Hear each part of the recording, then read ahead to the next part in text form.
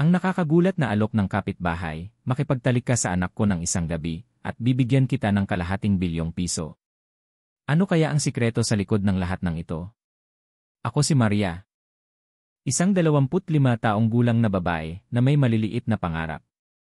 Subalit ang buhay ko ay umiikot lang sa isang tahimik na komunidad sa Palawan. Dito, kilala ng lahat si Aling Luz.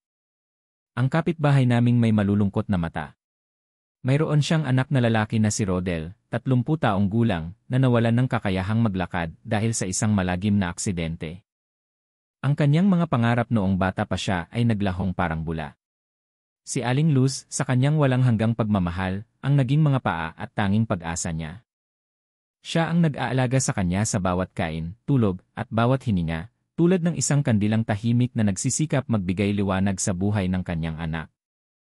Bagamat paminsan-minsan ay nagbabahagi sa akin si Aling Luz tungkol sa kanyang paghihirap, hindi ko pa rin lubos na maunawaan ang sakit na dinadala niya. Gayunpaman, ang kanyang mukha ay puno ng pag-aalala at pagpupursige na hindi ko pa nakita kailanman. Ang kanyang mga mata ay hindi na nagpapahayag ng kagalakan. Sa halip, hindi ko kayang ipagsawalang bahala ang kanyang mga matang nagmamakaawa. Nagpatuloy siya, kung papayag ka, babayaran kita ng malaking halaga. Ang mga salitang iyon ay parang isang kidlat na dumaan, na nagpagulat sa akin. Hindi ko maintindihan ang ibig niyang sabihin, ngunit ang kaseryosohan sa bawat salita niya ay nagbabala ng isang bagay na mahalaga. Paano po ako makakatulong? Gusto kong maranasan ng anak ko ang maging normal na lalaki, kahit isang beses lang sa kanyang buhay. Alam kong napakahirap nito, pero babayaran kita ng isa-isa 0. Ang kanyang sinabi ay parang isang kidlat na tumama sa akin, na nagpatahimik sa akin. Isa-isa 0. Isang napakalaking halaga, na higit pa sa lahat ng pangarap ko. Ang tukso ng pera ay hindi pa kailanman naging ganoon kalakas. Bagamat naiintindihan ko na ang kahilingan na ito ay taliwas sa lahat ng pamantayan ng lipunan. Ang puso ko ay hindi kayang tumanggi sa sandaling iyon. Sa sandaling ito, si Aling Luz ay hindi na ang kawawang babae na lagi kong nakikita, kundi isang ina na nakikipaglaban upang mailigtas ang kanyang anak mula sa dilim ng kalungkutan. Tiningnan ko siya, naramdaman ko ang kawalan ng pag-asa na bumabalot sa kanyang mga mata. Naintindihan ko, ginagawa niya lang ito dahil sa walang hanggang pagmamahal, ayaw niyang mamuhay ang kanyang anak sa kalungkutan. Tumahimik ako, hindi alam kung ano ang sasabihin. Isang bahagi ng aking sarili ang sumisigaw na tumanggi, ngunit ang natitirang bahagi ay hindi kayang ipagsawalang bahala ang matamis na alok na yon. Tumingin sa akin si Aling Luz. Ang kanyang boses ay naging mas mapilit. Alam kong mahirap ito, ngunit ito lang ang tanging pagkakataon ni Rodel, at ikaw lang ang kaya kong pagkatiwalaan. Naging masikip ang kwarto. Tumulog ang doorbell, parang isang tagapagligtas. Nagmamadali akong tumayo, ngunit ang aking isipan ay umiikot pa rin sa alok niya. Pagkaalis niya, naupo ako, patuloy na iniisip ang alok na yon. Buong gabi, hindi ako makatulog. Nahati ang aking isipan sa pagitan ng tama at mali, sa pagitan ng moralidad at tukso. Tinanong ko ang sarili ko, may sapat ba akong lakas ng loob na gawin yon? At kung papayag ako, ano ang magiging kapalit? Kinabukasan, nagpasya akong makipagkita kay Aling Luz upang ibigay ang huling sagot ko. Kinabukasan, nagising ako na may pakiramdam ng kawalan. Ang pagkakahiwalay sa aking kaluluwa ay labis na nakakapagod. Ang pera at ang tukso nito ay nagtulak sa akin sa isang landas na hindi ko inaasahan. Nagpasya akong makipagkita kay Aling Luz. Naghihintay na siya, ang kanyang mukha ay puno ng pag-aalala, ngunit mayroong bahagyang pag-asa. Tahimik siyang nakaupo sa silya, nanginginig ang mga kamay habang mahigpit na hawak ang kanyang shawl. Walang buhay na nakatingin sa kawalan. Tumingala siya nang marinig niya ang pagbukas ng pinto, isang mahinang ngiti ngunit puno ng tensyon. Dumating ka, sabi niya, nanginginig ang boses. Tahimik akong pumasok, umupo sa tapat niya. Ang lahat sa paligid ko ay tila lumabo, tanging ang hubad na katotohanan ang natira. Napag-isipan niyo na po bang mabuti? Tanong ko. Nakatingin ng diretsyo sa kanya. Ang mga labi ni Aling Luz ay napipi, saglit siyang nag-isip. Alam kong hindi ito madali, ngunit kailangan ni Rodel ng pagbabago. Naintindihan mo? Wala na akong ibang paraan para maging masaya ang anak ko, kahit isang beses lang. Ikaw lang ang tanging tao na mapagkakatiwalaan ko. Tiningnan ko siya. Naramdaman ko ang kawalan ng pag-asa sa kanyang boses. Ang pagmamahal ng isang ina sa kanyang anak ay walang hanggan, at sa sandaling ito, ako lang ang tanging makakapitan niya. Naisip ko. Ngunit kailangan mong intindihin na pagkatapos ng gabing iyon, hindi na ako babalik. Naintindihan mo ba? Tinitigan ako ni Aling Luz, parang hindi siya makapaniwala. Ang kanyang mga mata ay lumaki. Pagkatapos ay tahimik siyang tumango. Isang mahinang, emosyonal na ngiti ang namuo sa kanyang mga labi, na para bang nakakita siya ng liwanag sa dulo ng tunel. Matapos ang aming kasunduan, dinala niya ako sa kwarto ni Rodel. Nakahiga si Rodel sa malaking kama, tahimik tulad ng dati. Wala siyang ibang pagpipilian kundi tanggapin ang kanyang kapalaran. At kumirot ang puso ko nang makita ang kanyang walang buhay na mga mata. Hindi niya alam kung ano ang mangyayari, ngunit isang hindi maipaliwanag na pag-aalala ang bumangon sa akin. Ano ba ang ginagawa ko? Paano ako magiging kalmado kung alam ko na malapit na akong maging bahagi ng isang napakahirap na sitwasyon? Nagmamadaling lumabas si Aling Luz, iniwan akong mag-isa. Naupo ako sa silya sa tabi ng kama, tinitingnan si Rodel. Ang pakiramdam ng pagkalito at pagkakasalungatan ay muling bumangon ng malakas. Na-imagine ko ba na mapupunta ako sa ganitong sitwasyon? Gusto ko man o hindi, isa na ako sa mga manlalaro sa larong ito na hindi na maibabalik. Ngunit pagkatapos ay nakita ko si Rodel, bahagyang nakapikit ang kanyang mga mata. Ang kanyang mukha ay banayad at puno ng kalungkutan. Hindi ko na siya kayang tingnan pa. Alam ko, sa gabing ito, magbabago ang lahat magpakailanman. Ang kwarto ay nabalot ng katahimikan. Tanging ang tunog ng orasan at ang aming paghinga ang naririnig. Hindi ko mapigilang mag-isip tungkol sa mga nangyari sa nakaraang 2 araw. Nasa tamang landas ba ako? Ang mga tanong ay patuloy na bumabagabag sa aking isipan, tulad ng mga alon na walang humpay na humahampas sa baybayin. Mayroon ba akong sapat na lakas ng loob na tapusin ang landas na ito? Biglang tumunog ang telepono. Nagulat ako, mabilis kong sinagot ang tawag. Si Aling Luz iyon.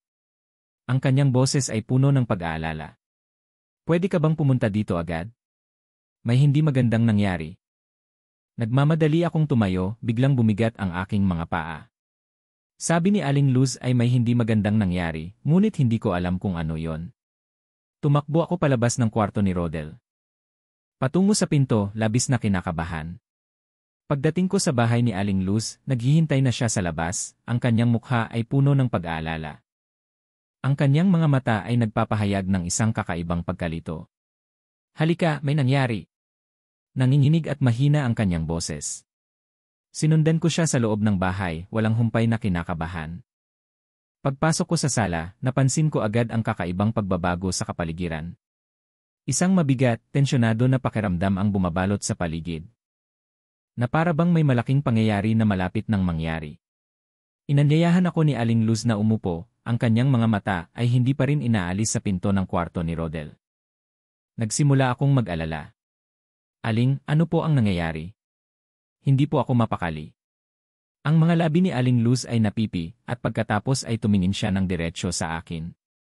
Nangako ka na tutulungan mo ako, ngunit hindi ko inaasahan na mangyayari ito ngayong gabi. Hindi ko na kayang hayaan pang magdusa ang anak ko. Mahina ngunit determinado ang kanyang boses. Si Rodel. Hindi niya kayang alagaan ang sarili niya. Ako hindi ko kayang baguhin ang kapalaran ng anak ko. Huminto siya, nagluha ang kanyang mga mata. Tahimik lang akong nakinig. Nagpatuloy siya. Hindi ko na kayang gawin pa ang lahat ayon sa plano. Hindi ko kaya. Hindi mo naiintindihan. Mahal na mahal ko ang anak ko, ngunit natatakot ako na masaktan ka. Napakalayo na ng narating ng lahat. Kumirot ang puso ko. Pumayag akong tumulong. Ngunit nang harapin ko ang katotohanan, hindi ko ma-imagine ang mangyayari sa gabing ito. Hinatak ako ng buhay sa isang hindi makontrol na bagyo. Isang bahagi ng aking sarili ang gustong huminto, ngunit ang natitirang bahagi ay nagtutulak sa akin na magpatuloy na tapusin ang aking pangako. Tumingin sa akin si Aling Luz. Ang kanyang mga mata ay puno ng pagsisisi na para bang nagmamakaawa siya sa akin muli. Maaari ka nang umalis kung ayaw mo nang magpatuloy, ngunit kung mananatili ka. Hindi ko masisigurado na magiging maayos ang lahat. Tiningnan ko siya, naramdaman ko ang pagod sa bawat salita. Ang mga taon ng pag-aalaga kay Rodel ay nagpapayat sa kanya. Siya ay isang dakilang ina, ngunit sa parehong oras ay isang babaeng nawawala sa kanyang sariling buhay. Nakita ko sa kanya ang isang hindi maipaliwanag na takot, ang mga luhang hindi pa bumabagsak. Ngunit sa sitwasyong ito, wala na siyang ibang pagpipilian. Nawalan na ng pag-asa si Rodel, at siya, ang ina na yon, ay hindi kayang hayaan ang kanyang anak na mamuhay sa kalungkutan. Tumayo ako. Nanginginig ang aking mga kamay. Kung mananatili ako, kailangan mong mangako sa akin na walang magbabago, na hindi tayo gagawa ng anumang labis. Gusto ko lang tumulong, ayaw kong sirain ang lahat.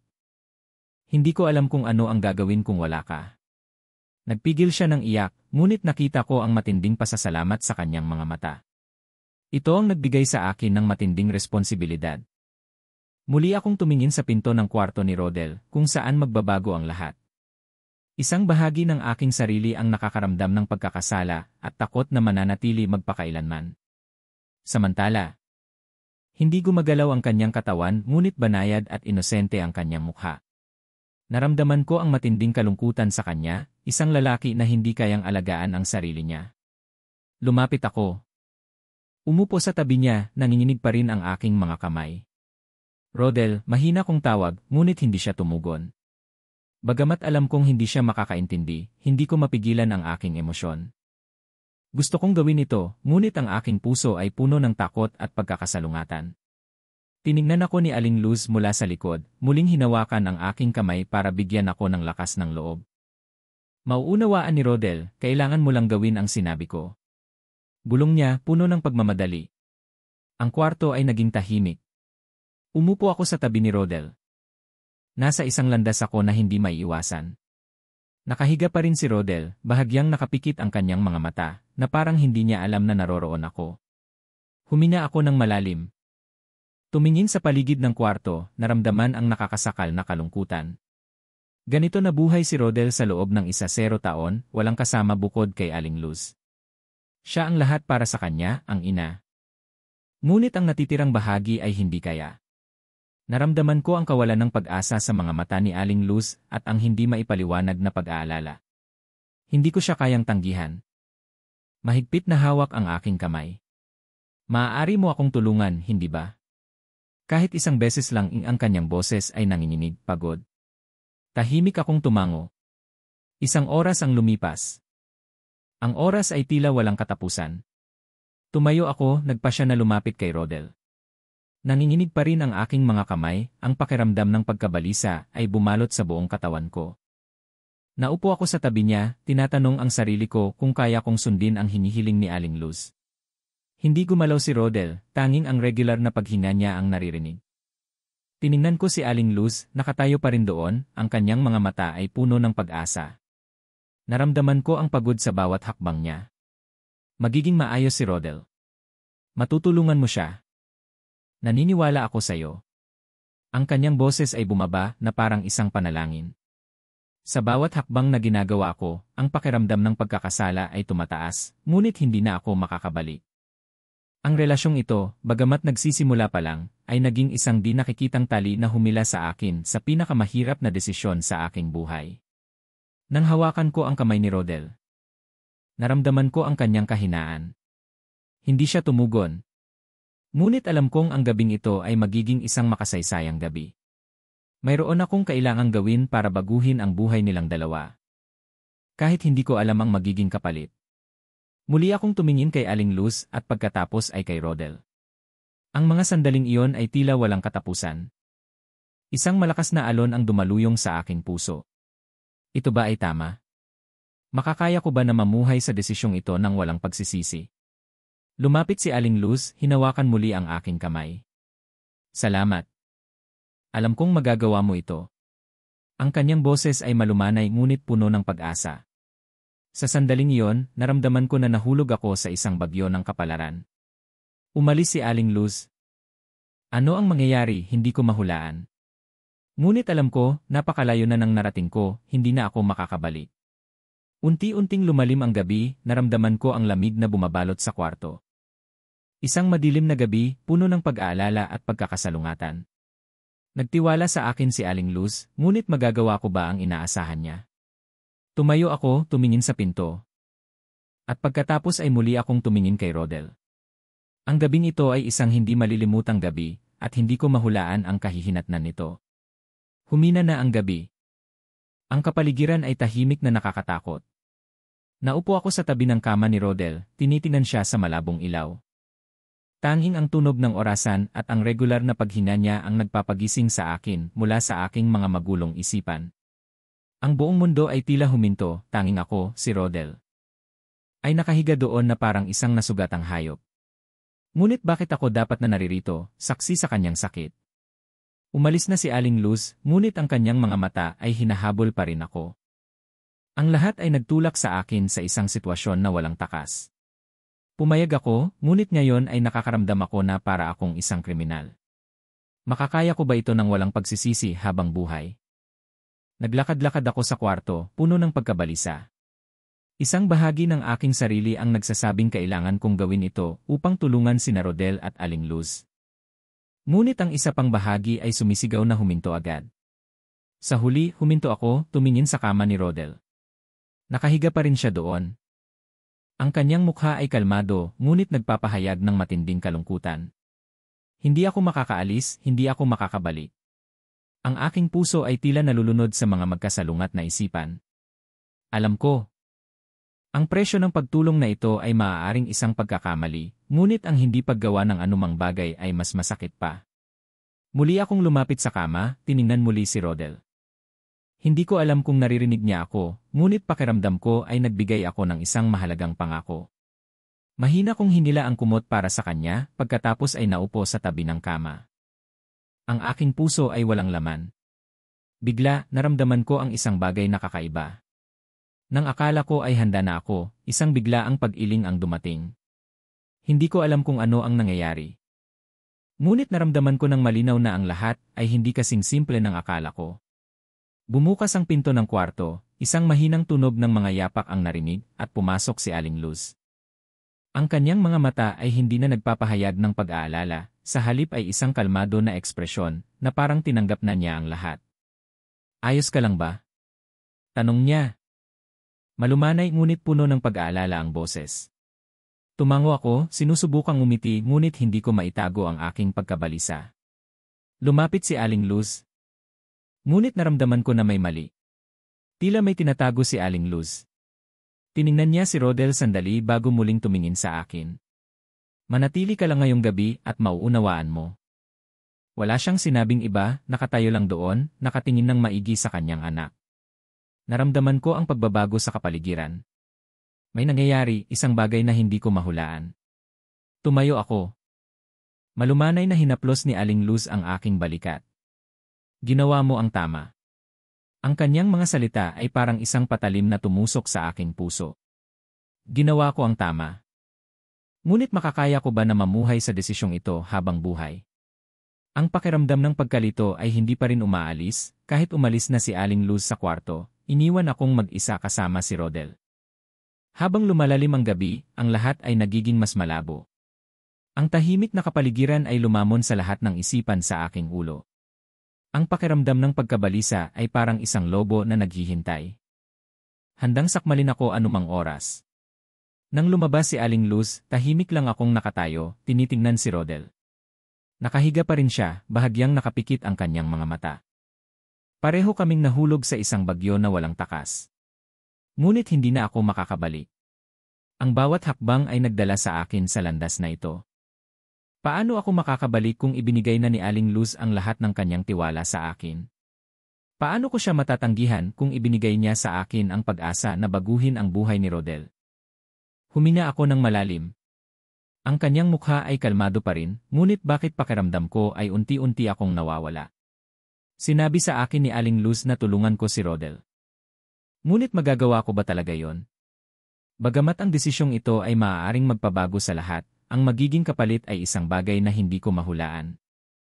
Isang tanong ang patuloy na bumabagabag sa aking isipan, makakaya ko bang panatilihin ang aking kalinisan pagkatapos ng gabing ito? Naupo ako sa silya malapit sa kama ni Rodel. Tinitingnan ang dilim sa labas ng bintana. Gabi na, ngunit hindi makahinto ang aking isipan. Gusto kong gawin ang tama. Ngunit ano ba ang tamang iyon?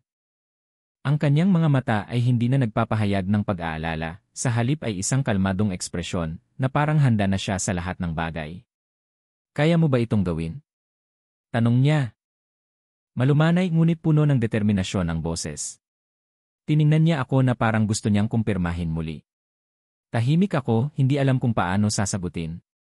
Bagamat matagal ko nang nagdesisyon. Sa sandaling ito ay hindi ako sigurado sa pagiging tama nito. Lumapit si Aling Luz, inilagay ang kanyang kamay sa aking balikat, ang kanyang mga mata ay puno ng pag-asa. Alam kong magagawa mo ito. Mauunawaan ni Rodel, huwag kang mag-alala. Tiningnan ko siya, ngunit hindi ako makakita ng anuman na makakagaan ng aking loob. Sa unang pagkakataon, nakita ko siya hindi bilang isang matatag na babae, kundi bilang isang ina na tinatanggap ang lahat upang mabigyan ang kanyang anak ng isang huling pagkakataon. Ibinigay niya sa akin ang kapangyarihan na baguhin ang buhay ni Rodel, at pakiramdam ko ay nasa gitna ako ng isang laban na hindi ako makapili ng panig. Sinusubukang maghanap ng dahilan para huminto, ngunit wala akong mahanap. Tumayo ako, dahan-dahang lumapit sa kama. Ang lahat ngayon ay hindi na isang madaling pagpipilian. Sa bawat hakbang, pakiramdam ko ay pumapasok ako sa isang lugar na hindi na maibabalik. Tiningnan ko ang walang buhay, walang emosyon na mukha ni Rodel, at kumirot ang aking puso. Ito ba ang gusto ni Aling Luz? Paano ko gagawin ang hinihiling niya nang hindi nakakaramdam na gumagawa ako ng isang bagay na mali? Ngunit alam ko na hindi na ako makakabalik. Pumasok na ako sa landas na ito at kailangan kong magpatuloy. Isang malamig na pakiramdam ang bumalot sa akin. Naging makapal at nakakasakal ang hangin. Pakiramdam ko ay nakulong ako sa isang panaginip, hindi makabangon. Ang pakiramdam ng pagkakasala ay lalong tumitindi. Ngunit hindi ko siya kayang tanggihan. Nagdesisyon na ako at kailangan kong harapin ang magiging kapalit. Huminga ako ng malalim at muling tiningnan si Rodel. Ang gabing ito ay isang hindi malilimutang gabi. At hindi ko mahulaan ang kahihinatnan. Ang gabi ay tila walang katapusan. Ang lahat sa paligid ko ay naging malabo, nalulunod sa mga magulong isipan. Bawat minuto, bawat segundo. Naramdaman ko ang pagtaas ng tensyon, tulad ng mga alon na walang humpay na humahampas sa baybayin.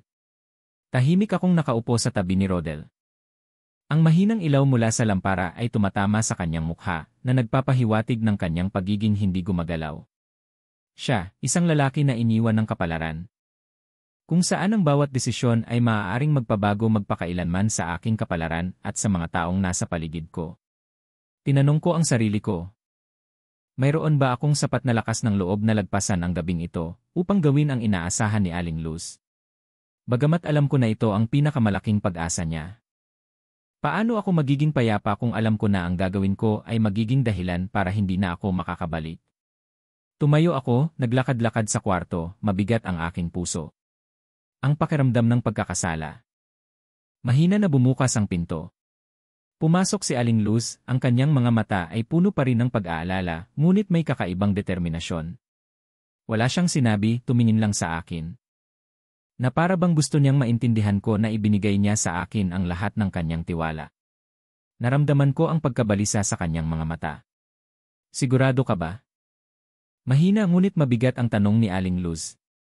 Alam kong napakahirap nito, ngunit ito lang ang tanging pagkakataon para sa anak ko. Kaya mong baguhin ang kanyang buhay. Ang kanyang mga salita ay parang isang sampal sa aking isipan.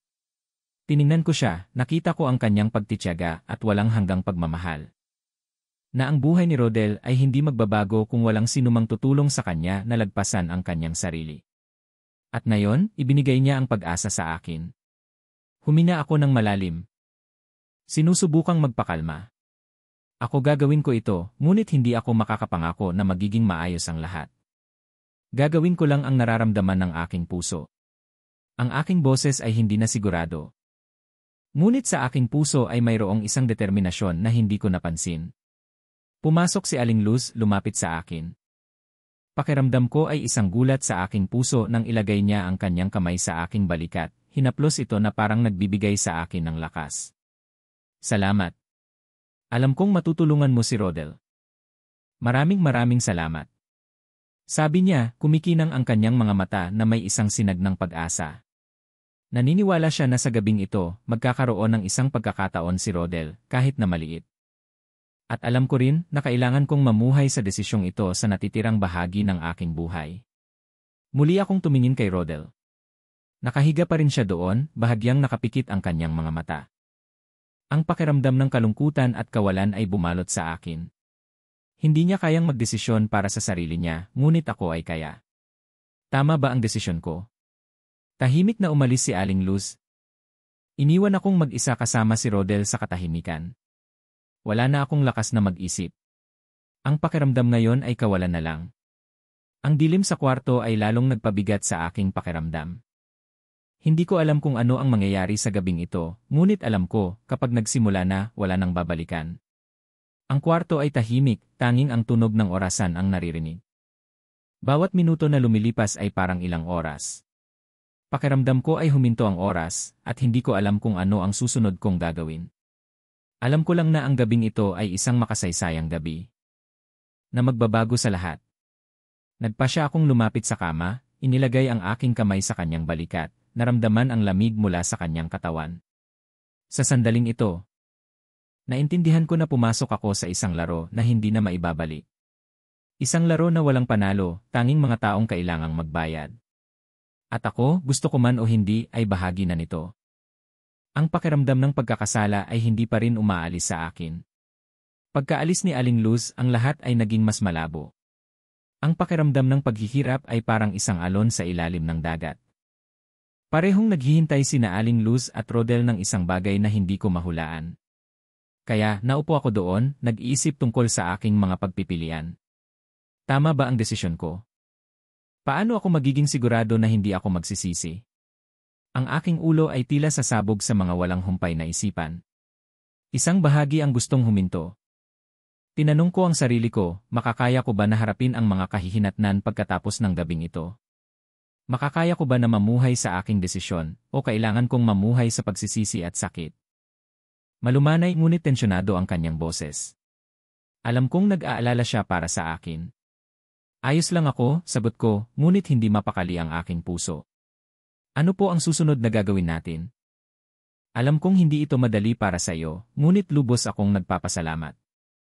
Sabi niya, puno ng pasasalamat ang boses, ngunit hindi ako nakaramdam ng kagalakan. Naintindihan ba talaga niya ang lahat ng aking hinarap? Tahimik ako. Lumapit si Aling Luz. Huwag kang mag-alala. Alam kong ginawa mo ang lahat ng iyong makakaya. Nakahiga pa rin siya nang hindi gumagalaw. Ngunit sa aking puso, hindi ako makatakas sa pakiramdam na binago ko ang kanyang buhay, kahit isang gabi lang. Tumayo si Aling Luz. Malumanay na lumapit sa kama ni Rodel. Salamat. Sabi niya muli, hinaplos ang aking balikat na parang gusto niya akong pakalmahin. Ngunit sa kanyang mga mata, nakita ko pa rin ang kalungkutan at pag-aalala. Ngayon, kailangan nating harapin ang mga kahihinatnan. Huminga siya ng malalim, ngunit hindi niya sinabi kung ano ang mga yon. Hindi ko maintindihan ang lahat. Sabi ni Aling Luz, ngayon, kailangan nating harapin ang kahihinatnan. Ano ang kahihinatnan? Paano ako makakaya na mamuhay sa mga kahihinatnan na yon? Ang tanong na iyon ay patuloy na umalingaw-ngaw sa aking isipan. Kinabukasan, umalis ako sa bahay ni Aling Luz, pakiramdam ko ay umalis ako sa isang bahagi ng aking sarili. Hindi ko mababago ang nangyari, ngunit ang aking puso ay hindi pa rin mapakali. Noong nakaraang gabi, nagdesisyon ako, at ngayon ay kailangan kong mamuhay sa desisyong iyon. Makakaya ko ba na mamuhay sa pagsisisi at sakit kapag alam ko na isang bahagi ng aking sarili ang nawala magpakailanman? Kinabukasan, nagising ako na may mabigat na damdamin. Ang lahat sa paligid ay pareho, tanging ako ang nagbago. Pakiramdam ko ay dumaan ako sa isang pintuan na hindi na maibabalik. Ang mga magulong isipan. Ang mga hindi nasasagot na tanong ay patuloy na sumusunod sa akin. Alam ko na ang aking desisyon ay hindi mababago, ngunit mayroon ba akong sapat na lakas ng loob na mamuhay dito? Hindi nagpakita si Aling Luz kinaumagahan. Siguro ay nag-aalala siya o ayaw niya akong harapin. Tinanong ko ang sarili ko kung nakaramdam ba siya ng gaan. Siguro ay isipin niya na ginawa ko ang tama, ngunit para sa akin, ang lahat ay isang kapalit. Sa huli ay nagpakita si Aling Luz noong hapon. Pumasok siya. Puno pa rin ng pag-aalala ngunit may determinasyon. Pagkakita ko sa kanya, naramdaman ko ang pagbabago sa kanyang mga mata. Hindi na siya malungkot, sa halip ay tila tinanggap na niya ang nangyari. Ayos ka lang ba? Malumanay na tanong ni Aling Luz. Ayos lang ako, sagot ko, ngunit hindi ko maitago ang pagkalito.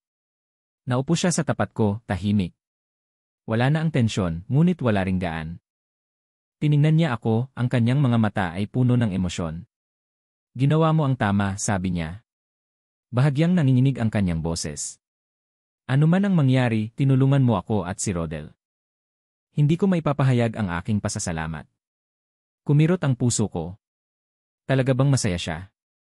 Talaga bang ginawa ko ang tama? Tanong ko. Tiningnan niya ako sandali. Ginawa mo ang hiningi ko. Alam kong hindi ito madali, ngunit binigyan mo si Rodel ng isang pagkakataon. Bagamat maliit, wala na akong mahihiling pa. Ngunit kung alam ko lang ang kahihinatnan, hindi ko hahayaan na gawin mo ito. Ang kanyang mga salita ay parang isang malakas na suntok sa aking puso. Ang ginawa ko, bagamat tama sa kanyang paningin, ay isang napakalaking pagbabago para sa akin. Ang pakiramdam ng pagkakasala at pagsisisi ay walang humpay. Natatakot ako na mamumuhay ako sa ganitong pakiramdam habang buhay. Nagpatuloy si Aling Luz. Alam kong nag-aalala ka. Ngunit minsan sa buhay, kailangan nating gawin ang mga bagay na hindi natin gusto upang matulungan ang iba. Hindi man ito alam ni Rodel. Ngunit hindi kanya makakalimutan. At ako rin. Hindi ko alam kung ano ang sasabihin.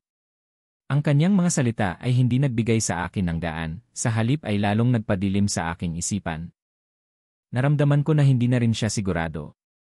Ang magiging kapalit ay hindi lang isang gabi, kundi ang buong buhay. Pagkatapos ng ilang sandali, tumayo ako, nagdesisyon na umalis sa sala. Paano po ako makakatulong? Puno ng pag-aalala ang aking puso. Huminga ng malalim si Aling Luz, tiningnan ako na may mga matang matatag. Bigyan mo si Rodel ng isang pagkakataon. Huwag mong hayaan na mamuhay pa siya sa dilim. Kung kaya mong tumulong, lubos akong magpapasalamat. Ang kanyang mga salita ay parang isang gulat. Makakaya ko pa bang magpatuloy? Makakaya ko bang tulungan sila nang hindi hinaharap ang hindi inaasahang kahihinatnan? Matapos magsalita si Aling Luz, nanatili akong tahimik na parang nabato. Noong nakaraang gabi, ginawa ko ang isang bagay na hindi ko kailanman naisip. Ngunit ngayon, nang patuloy siyang humihiling, isang alon ng pag-aalala ang dumating muli. Isang kakaibang pakiramdam ng pagkabalisa ang dumaan sa aking katawan. Isang bahagi ng aking sarili ang gustong huminto, ngunit ang isa pang bahagi ay naghimok sa akin na magpatuloy. Tiningnan ko si Aling Luz, nakita ko sa kanyang mga mata hindi lang ang pasasalamat, kundi pati na rin ang malaking pag-asa. Ang mga mata na iyon ay parang nagbibigay ng isang mabigat na responsibilidad. Hindi ko alam kung kaya ko pang tumulong, sagot ko, hindi na sigurado ang aking boses.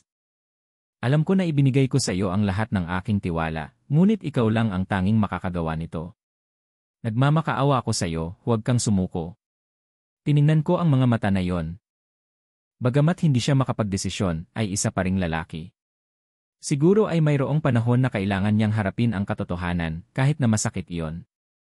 Sabi niya, tama po kayo, sinimulan ko. Tutulungan ko si Rodel. Ngunit hindi ako makakapangako na magiging maayos ang lahat. Pareho tayong kailangang harapin ang mga kahihinatnan. Tumango si Aling Luz. Nagpasalamat sa akin na may tingin puno ng respeto at emosyon. Tumayo siya, umalis sa kwarto, iniwan akong mag-isa. Bagamat nagdesisyon na ako, tinatanong ko pa rin ang sarili ko kung lubos ko bang naintindihan ang lahat ng mangyayari. Magiging madali ba ang lahat tulad ng akala ko? Tumayo ako, lumapit sa bintana, tiningnan ang labas. Pagkatapos ng ilang sandali, muli akong tumingin kay Rodel. Nakahiga pa rin siya doon, hindi gumagalaw. Huminga ako ng malalim, ang pakiramdam ng kawalan ay bumangon. Isang bahagi ang gustong baguhin ang kanyang kapalaran, ngunit ang isa pang bahagi ay nakakaramdam ng pagkakasala. Paano ko siya matutulungan nang hindi sinasaktan ang sarili ko? Sa halip ay isang pakiramdam ng kapayapaan. Handa ka na ba? Tanong niya, malumanay ngunit determinado ang kanyang boses. Tiningnan ko siya at pagkatapos ay tiningnan si Rodel. Bawat hakbang, bawat desisyon, pakiramdam ko ay lalo akong lumalalim sa isang landas na hindi na maibabalik. Ibinigay sa akin ni Aling Luz ang isang responsibilidad na hindi ko alam kung paano haharapin. Ngunit naintindihan ko, anuman ang mangyari, hindi na ako makakabalik. Sige na. Sabi ko, mas determinado ang aking boses. Ngumiti ng mahina si Aling Luz, lumapit. Inilagay ang kanyang kamay sa aking balikat na parang nagpapagaan ng loob ko. Salamat. Alam kong ito ang pinakamahirap na bagay, ngunit nagtitiwala ako sa iyo. Mauunawaan ni Rodel. Tumango lang ako. Nag-aalala pa rin ang aking puso. Ngunit wala na akong ibang pagpipilian. Ngayon, kailangan kong harapin ang hinihiling ni Aling Luz. Pareho kaming pumasok sa landas na ito. At ngayon ay hindi na kami makakabalik. Naging tahimik ang kwarto. Lumipas ang oras, naramdaman ko ang lamig na bumabalot sa kapaligiran. Nagbago na ang lahat.